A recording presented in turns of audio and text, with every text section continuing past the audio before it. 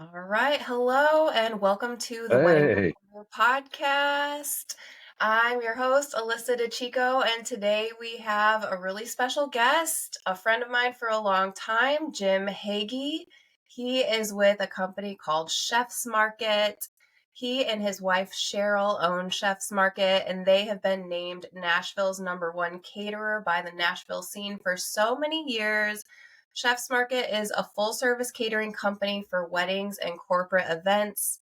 And Chef's Market is also a restaurant and gift shop located just north of Nashville. And they're ready to serve couples getting married with any cuisine they desire for their wedding catering. So, mm, welcome, Jim. Welcome to the Wedding and Reporter podcast. it's a pleasure to be here. Thanks for inviting me. I Yeah, appreciate it. Yeah, awesome. Thanks for chatting today. So, I gave just a really brief background of you and your wife and what you do. And so, maybe in your own words, introduce yourself and let us know how many years you've been in catering and all the things Chef's Market. gotcha. Well, Cheryl and I had decided to open Chef's Market in 1997, which is about Wow. 27 years ago. And we were inspired for a couple of different reasons. We had Cheryl was an interior designer with a busy schedule, and then I was working for a restaurant company, and I was a regional director, traveled a lot. And then did research and development and concept development. And I think we both loved our job, but there was a point at which we thought, well, we want to do something on our own. And there was a vision for doing this. And when we opened the market, we had envisioned that we wanted to do chef quality food. We wanted to make it affordable. We wanted to make it casual because, it seems like it's a quarter of a century ago, but before that, there wasn't fast casual. There was either fast food or there was Charlie casual, or there was really fine dining, and there wasn't anything that kind of meshed uh, the kind of more casual food served really really quickly in a fast manner. That was really really good food, and so Mm-hmm. we had that desire to do that. And Cheryl, being an interior designer, the gift shop was a part of what we wanted. She had a great recipes for cakes and cookies and those kind of things. So in that, we incorporated a bakery. So when you come into Chef's Market, it's kind of like a cross between a Southern meat and two in a New York deli. So you go through this Mm-hmm. uh, almost like cafeteria line. I'd like to think it looks better than that. But It European does. glass cases with salads. It might be like quinoa or tabbouleh or those salads that are very healthy, vegetarian, gluten-free type options as well. And then there's a Mm-hmm. case where we make salads for them. These are leaf salads, like a traditional Caesar or Greek, but we have some specialty. And then we have the chef's hotline, which has a huge selection of entrees and vegetables and homemade bread. And through that grew to be a really big success. And immediately people would say when we opened, uh, they wanted us to cater something for them. And I had been in the restaurant business all my life. I grew up in it. I really hadn't done a lot of catering. And Mm-hmm. so at that particular point, the restaurant business can be tough. I thought, well, yeah, we'll do this. We needed to do it. And it turned out we Mm-hmm. loved it. And this is another fun story.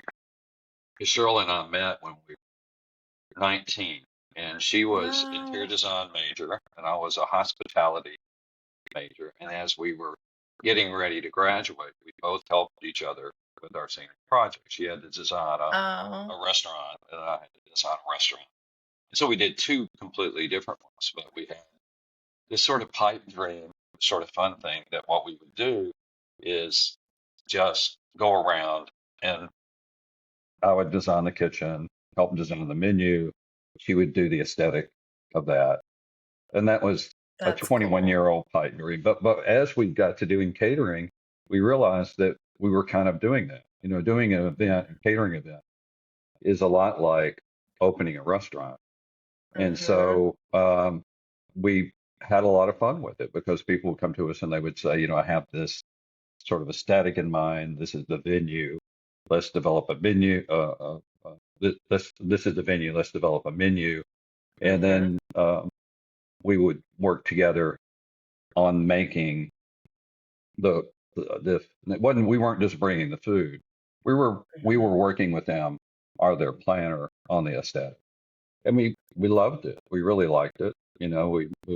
We developed a lot of great relationships with people doing Mhm. those first weddings and all through the years, and so that's how it took off, and it grew to be more than just weddings. We do Oh galas yeah. and a lot of other stuff. But Yeah, uh, you guys do a lot of really big events.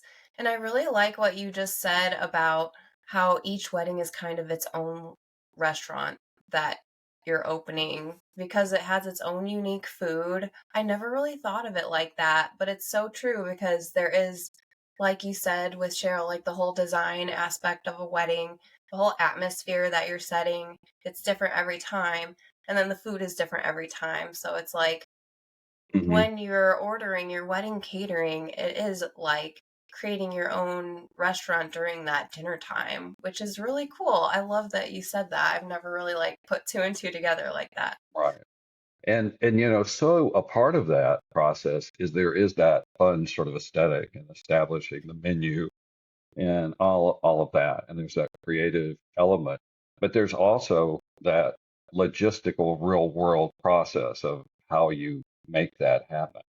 Mhm. Knowing when you can get into the venue, knowing when the rentals can get there, all of those Mhm. elements are a part of making an event really really work. Uh, Yeah. so that those are things that after many many years we've developed a lot of processes that I won't necessarily bore you with all of those, but there's a lot going on. Like in any party, if you have a party, you know, you're Yeah. creating or you're doing a play or production, you know, you have this presentation, but there's a lot behind the scenes that's going on. Oh yeah. A certain amount of equipment that you need to rent. There may be tables, chairs, designing the space, and so a lot goes into making it happen. We love the challenge, and Yeah. we work with a lot of planners that Mhm. do so much of that. Yeah, for Yeah, sure.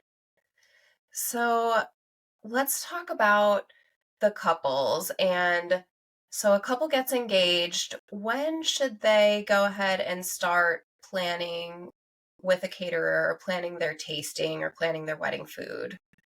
well, the tasting typically would come later, but I'm glad you asked about that process because here's Mhm. what we do, and I guess every caterer and venue may be different in how they do it, but I think for the Mhm. most part, it kind of falls in this thing is people contact us, they'll Mhm. email us or they'll call, and we welcome both of those. And then in that process, we'll be going back and forth with them. We'll talk about do you have a venue yet? What what venue might you what are you looking for? Do you want a plated seated dinner? Do you want a buffet?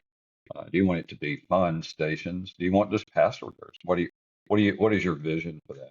One question Mhm. that I always ask, and our different event specialists ask different questions, but I'll say, now Yeah. if you were going to have uh, a restaurant catered this, and tell me uh, what it might not be your favorite restaurant because that might be a Mexican restaurant or something like that. But if you can envision a restaurant catering your event, what would it be?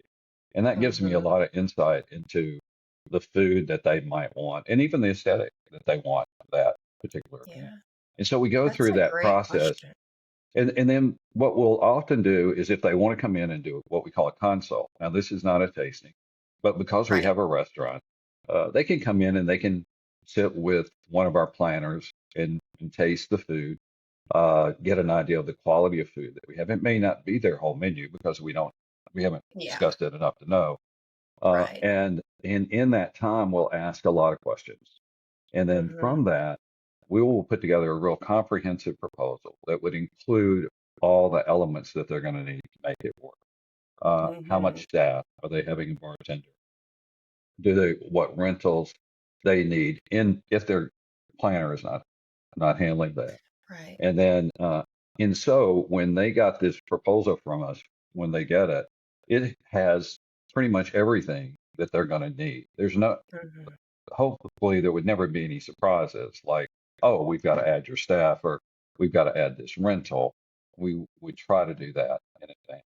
So once Mhm. they had that proposal and they said, this looks good, we're ready to come in, then we would do that exact menu for them.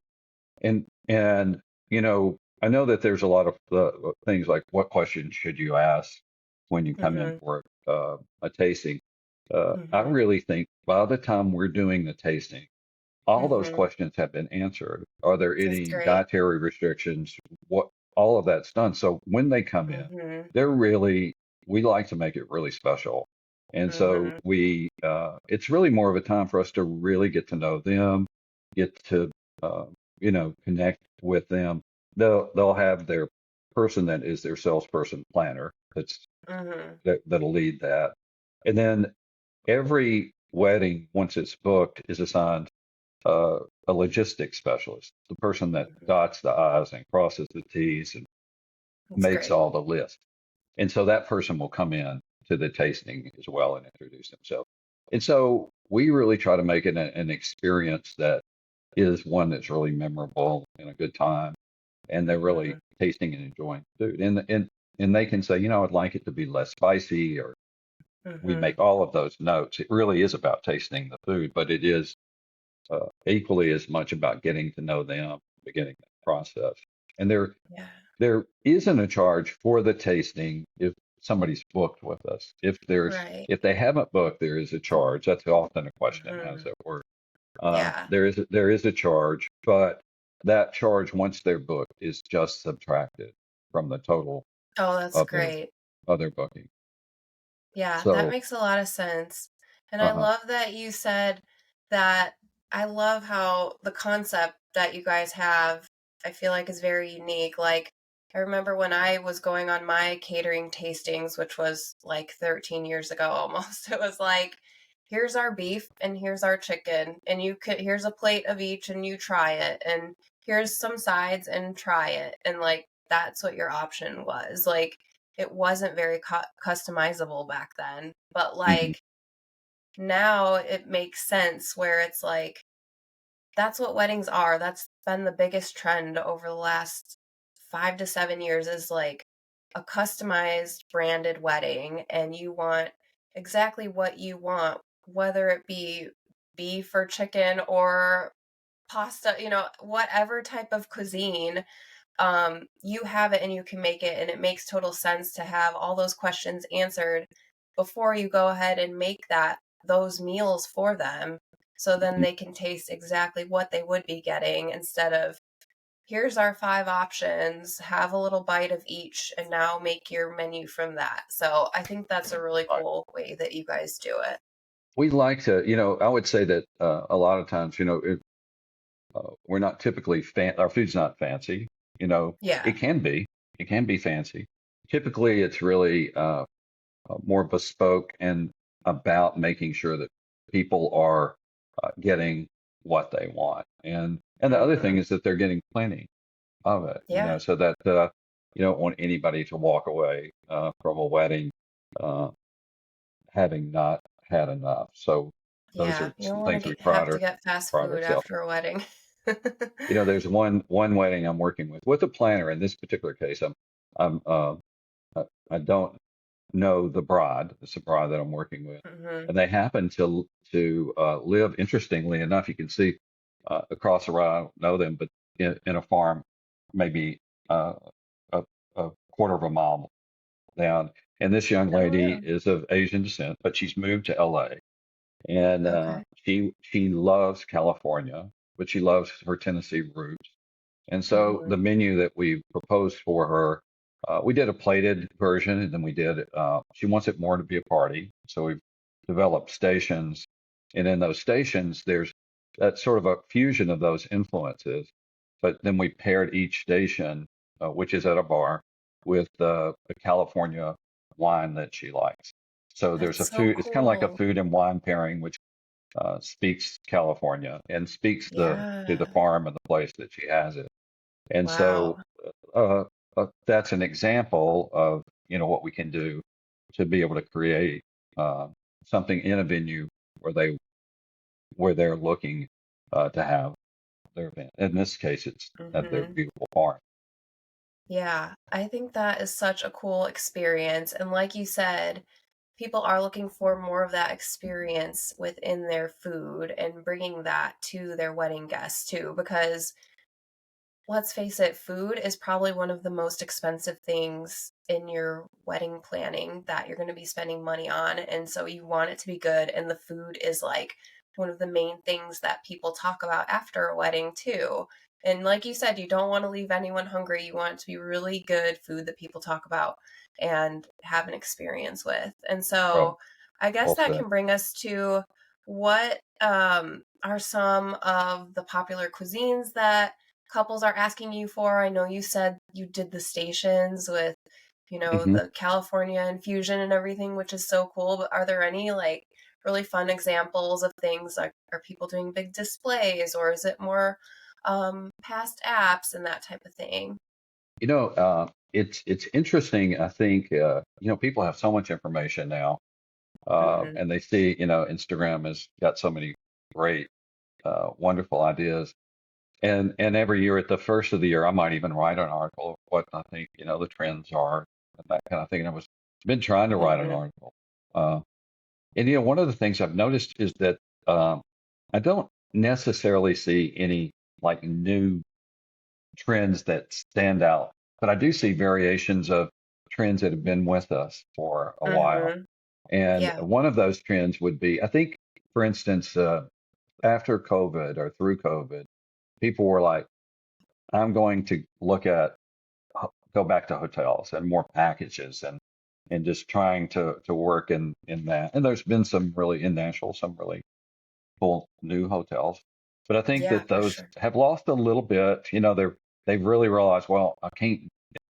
It's still going to look the same, but they Right. love to be able to go to venues where there's pretty much a clean slate. Like Mm-hmm. there's so many of them in town. I would hate to Oh yeah. mention them, but they can create whatever the visual is they want there. So I see that as a trend, which we really Mm-hmm. already kind of talked about. As far as specific Yeah. food, I see like grazing tables, which I love. Those Mm-hmm. I love are that too. still on trend. It is not a new trend, but what you're Mm-hmm. seeing is that people are coming up with different ways to um, and different things that they're putting on a grazing table. It used to be before it was just cheese, fruit, all those kind of Right. things, but now we're incorporating a lot of their favorite hors d'oeuvres or mini sliders. Or one of my favorites, and you can probably tell by looking at me, is the butter board. I love the butter, adding that Oh, as an yeah, element those on, are so or, good. or the hummus. Uh, we have a station we call Hummus Among Us, and there's like five different hummus, and they're beautiful colors, and there's all these different things that can go with it. It's still a grazing thing, and it may be a Mhm, part of a larger grazing table, but mhm, adding in, I think, trying to make the grazing tables more than just that original sort of fruit, cheese, nuts, and it all looking the same.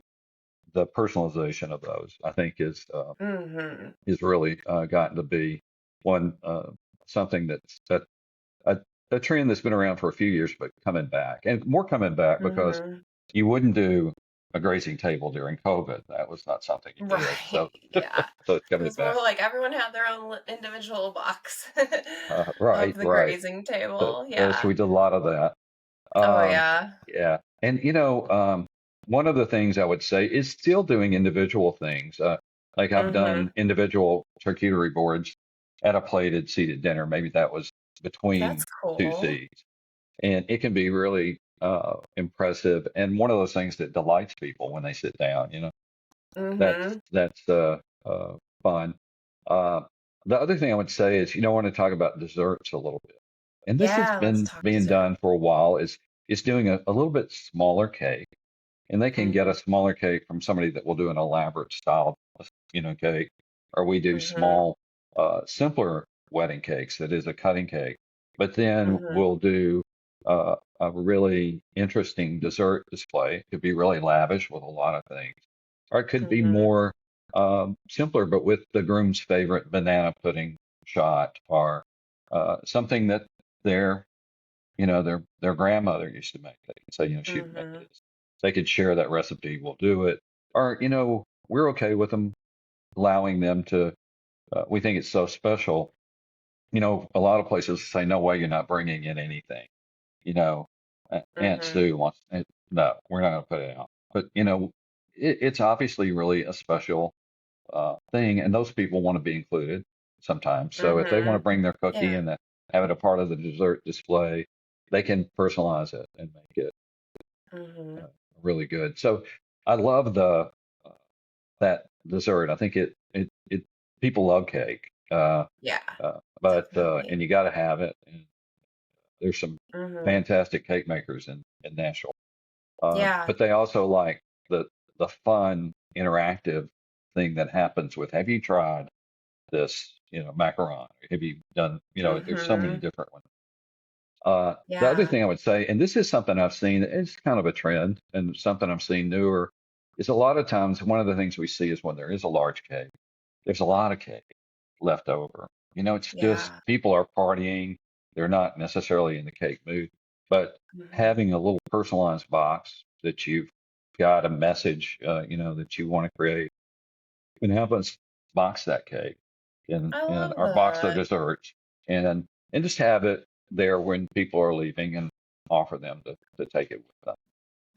I Mhm. love that idea. I think uh, it's a way, a lot of times, of course, the mom or somebody will take the cake home, but that it's going to Mhm. be a lot to eat. And Yeah, for yeah, sure. Sharing the wealth with all the leftovers, I think yeah, is really good.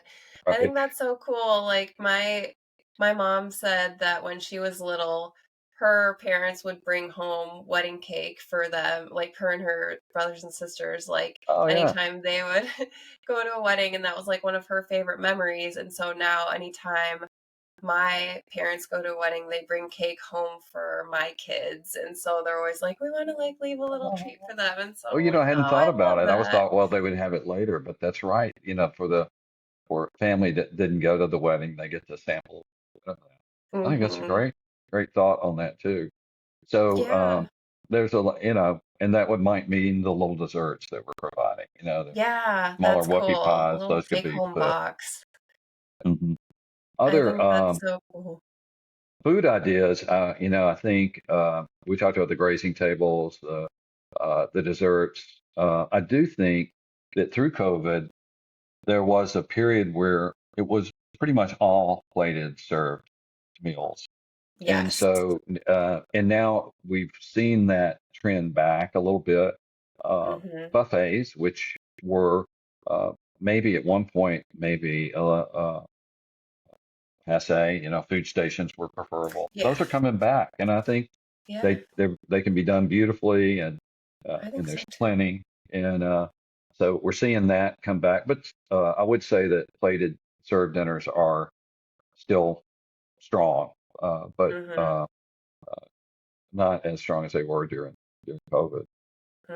Yeah. I totally see that display trend. It's like I feel like they all started on like flat boards of like grazing tables, and now all of a sudden it's like these sculptural art installations in a way where it's like let's see how creative we can display this food, and I think it's so cool, and it adds like that like gasp aspect like Hmm. to your event where it's like, wow, I've never seen food displayed like that. Like, can I eat it? And it's like Hmm. it's just this Hmm. cool experience for Hmm. everybody involved. And I'm sure you have a lot of inventory of things that are not food that are displays and very creative. Like, We have I'm glad you asked that. I need to probably send you some photos so you can have them. yeah, I'd love to see. We have our gold shelf, our white shelf, our silver shelf, the wood shelf, the black shelf, and so there's all these trays or silver or platters that are used to whatever the style might be, and it might be both. It may be a wood look with gold, or so there's a huge Hmm. selection of those kind of things. I wouldn't call them props, but more serving pieces that we've used. There's Right. there's this old chafing dish that I had made out of wrought iron that I absolutely Mhm. love to use. It's heavy. The staff hates for me to pull it out. but I've got like three of those, and those fit a certain look, you know. Yeah, And there's totally. more simple where it's modern, maybe just black with simple run-on legs for Schaefer's. But we Hmm. have over the years, one of the things that was very helpful is for us, my wife and I, we would go down the gift shop, and she would do the buying for the gift shop. Yeah. And there's a place in Atlanta called the Market, which a lot of people have heard of that. And Hmm. it's like three multi-story buildings, and on each level of the building are all of these small wares, decor, and you know these are designers from all over that are have come to set up displays. So I would often take pictures of what is the latest style or whatever, and I would find some really creative things that weren't necessarily Hmm. sold in restaurant supply houses, that they were Right. a part of decor that were food safe, that were stunning. And we've Hmm. been able to have a huge collection of those. So I would go off and uh, do some Yeah. research on that. I And, think and, that's and a great idea to like take inspiration from home design and, corporate design, things like that, where you can incorporate that into your wedding too and see what those trends are first. Or like, a lot of trends start in California and you can kind of see, it takes a little bit of time for them to get here to Nashville. And so kind of doing that research and being ahead of the curve and like also thinking outside the box and finding some unique things that maybe anthropology carries but like a rental company doesn't or something like that, is a really cool inspiration to get. I think, yeah, and you get inspiration everywhere. And I do think, you know, it used to be things would kind of roll a little slower to us from California or New Mhm. York. But now with social media and the internet, Yeah. I think that time people are getting ideas, and I think that's one of the things I was trying to say earlier was that you know there are trends, but I think that Mhm. people because they're seeing a lot, they're Mhm. developing their own unique style. They don't want it to be a Yeah. trend. They want it to it's what speaks to them and what they want Mhm. for their wedding. And I love the fact that there's so many ways to get that now. You know, Yeah. it was Pinterest. Now it's of course Instagram. And I guess TikTok too. I haven't done that as much, but Mhm. um, we love. Yeah. And I will say, you know, one of the things people say, well, where do you get your ideas? And yeah, where Mhm. I get them a lot is from the bride and the groom, you know, or the Yeah. couple.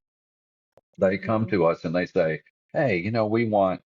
Um, there was one that I thought a beautiful wedding cookie that was the where the pressed flowers, the real pressed flowers Oh, are on top of it. It wow. was gorgeous. I mean, it's really. In fact, I saw where somebody's opening sort of a floral bakery in town that kind of followed that trend, but that came That's from cool. a couple that had the vision for that's what they wanted. So we did that I love multiple that times, and idea.